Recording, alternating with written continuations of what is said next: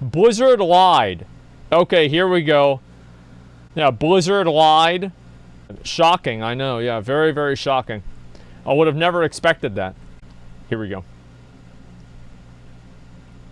Slashing of blobs for microtransactions. Well, sure has revealed something. EA are doubling down on live service gaming. Valve are trying to get out of the money laundering game that they accidentally waded into. Several vats have left Blizzard, and we've also got to remind Blizzard President J. Allen Brack that his company has actually, well, it's done the opposite of what he said they would regarding the policing of people's social media accounts.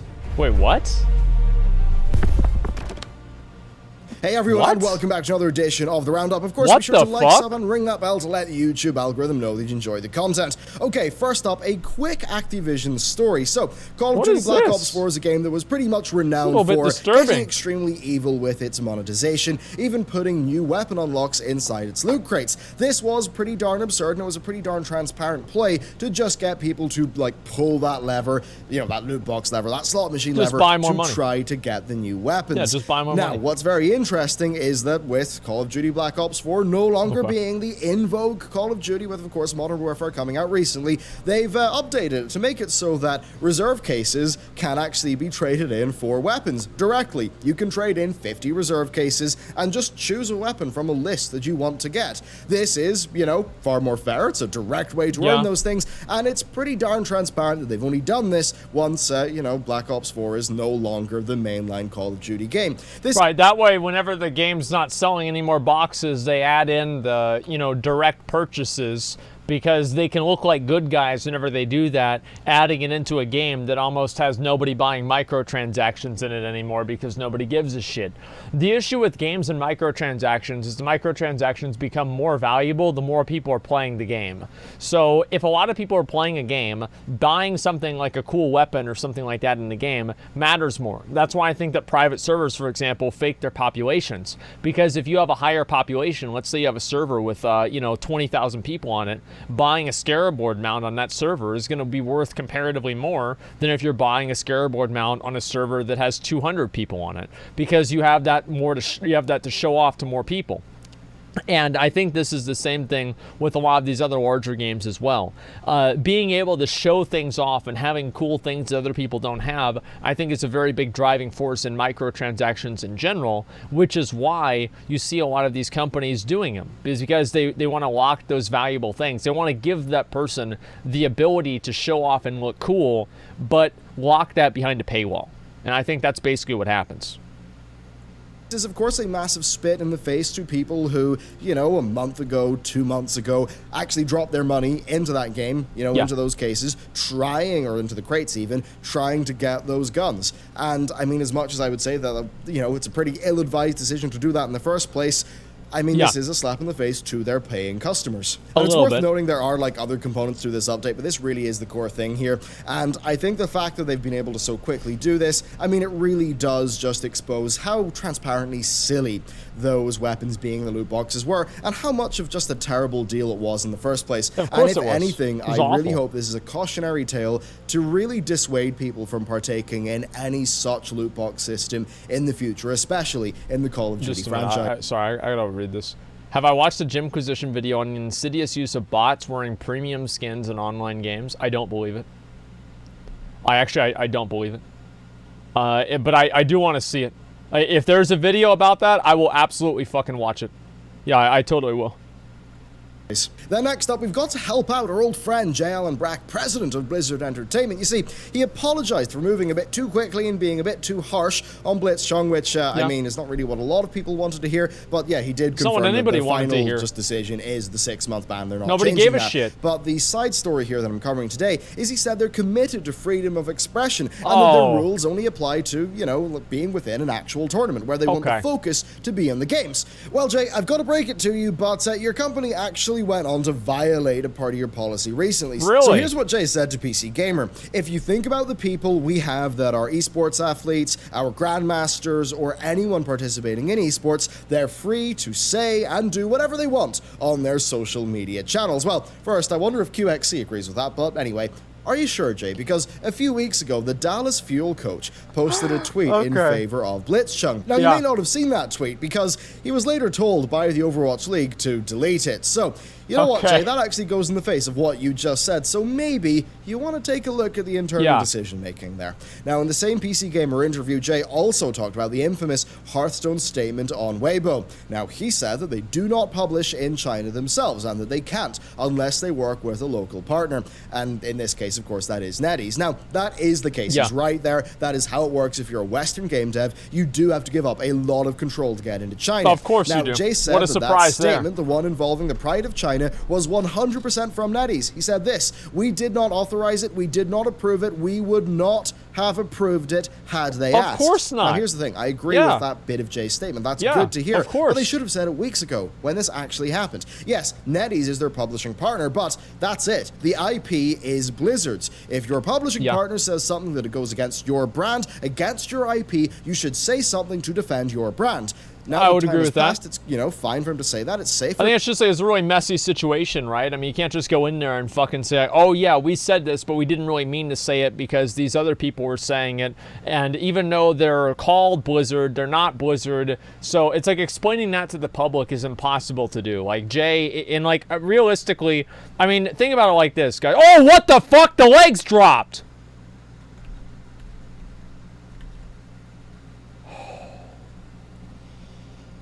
Is this my bis?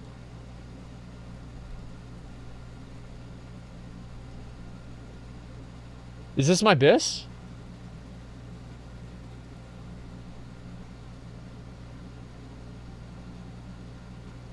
Oh my god. Am I about to win? No fucking way, man.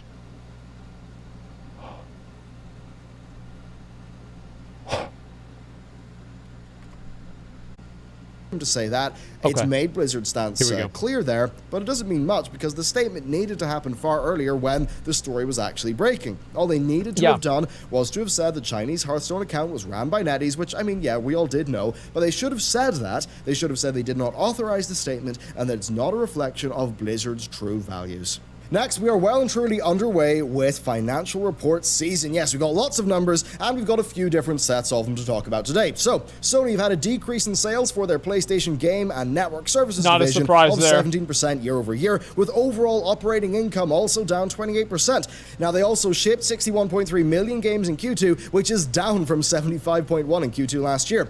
Why? Well, mostly the usual end-of-generation slump, but they did see an uptick of PS Plus members, but that said, it was a bit more than they expected. This has led to a 9% downward revision that is down to lower than expected software sales, including the impact of a change in the launch date of a first-party title. So, I think, quite obviously, it's a pretty big deal. Too. Oh, now, yeah! We then also have Ubisoft earning they report. delayed now, this that. is one, if you were on the channel last week, you would have seen they got ahead on via press release. Now, the core of it is that Siege and Odyssey are doing super well, but that they've got a year-over-year decrease in Q2 sales of 9% and a 5% drop in net bookings, with overall operating income down 93.8% to 7.7 million. Naturally. Still, though, with them revamping their internal processes and a strong 2020 lineup, they have really good projected net bookings of 2.9 billion for that. This so, would matter to me if I cared about video games besides good WoW. For Ubisoft, and I've got to admit, I do like seeing the company take a short-term hit for long-term health and quality. Next, though, it's time to return to the slick corporate bad boy of EA, with their crop of sports titles actually performing pretty well, bumping up their total revenue by 4.7% year over year. Digital has also performed pretty well for EA, with downloaded titles accounting for 50% of sales across consoles, up from 40% last year. Then Apex Legends has reached 70 million lifetime players. Then Foot, FIFA Ultimate Team, that's and a lot. Holy shit. 22 and 40% 70 million in players over last year. So you really can see those live services are doing well for them. What and the on fuck? that, well, EA COO and CFO Blake Jorgensen is understandably a bit thrilled. He stated that going forward, they're going to be doubling down on their live services combined with their core franchises. He said that they wish to... Is live services the new word they use for microtransactions? I want to make sure that I know what's going on here. You know, you have to keep track of all this kind of stuff, okay? Yes, okay, so live services. Okay, see, you know how they just keep changing it a little bit? They just keep changing it a little bit. Okay, yeah. I see how that works. Invest in games that people are going to play for longer and engage in more deeply, and that their goal is, big surprise here, to drive growth and profitability. What an incredible statement, Blake.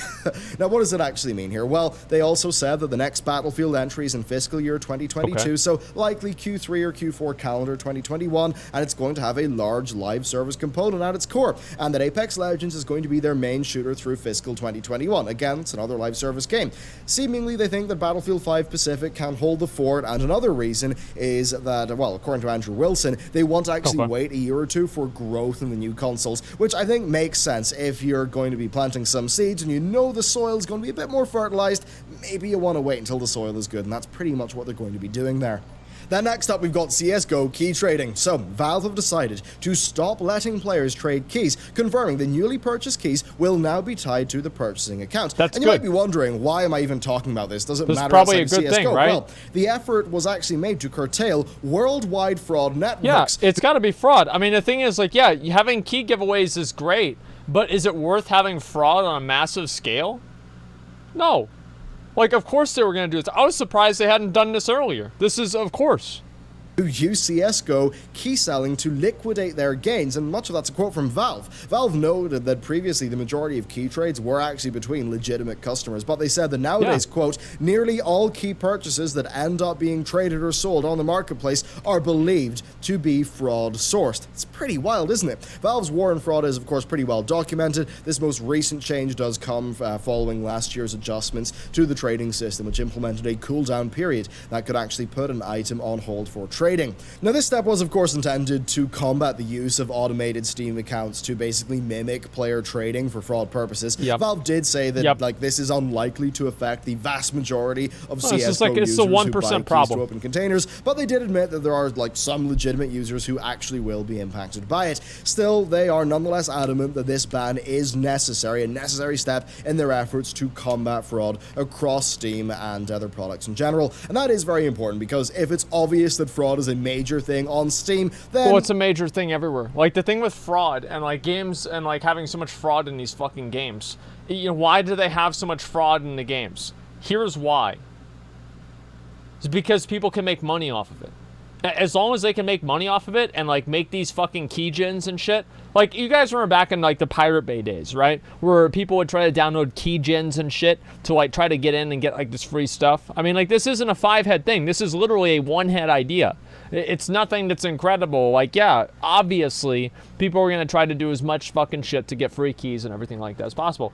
So, like, these companies being smarter about how they give out keys and the distribution of the keys is only going to help them.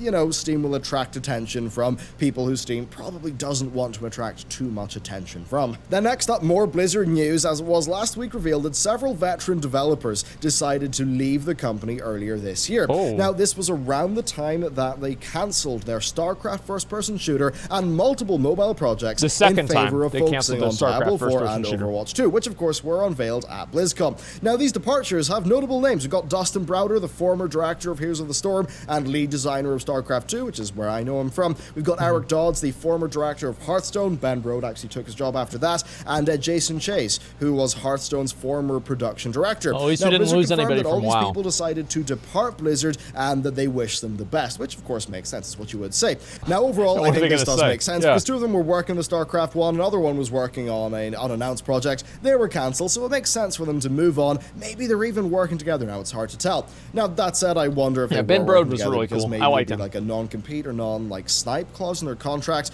but I mean, overall it does make sense. Now, I have heard tales of changing culture there from like current and past employees, but overall I can't speak to why these individuals I've heard left, the same thing. but just think about it from your own perspective. It's hard to if say. you were working in a game for 3 years, you've been at a company for 10 or 15 years, and then, you know, your big new game gets cancelled, yeah, maybe you would feel like it's time to move on somewhere else and try something new. Not a surprise there at all. Next up, we've got something rather funny, as some of Fallout 76's premium players are caught up in a class war. Yeah, it turns out that having that subscription actually gives you a new player icon, and that means people will know if you've paid. And yeah, people with the icon are getting some flack in-game. It's a funny situation. It's one we need to assemble and build gated communities for ourselves. Piss poor 76ers are targeting us. This is awesome.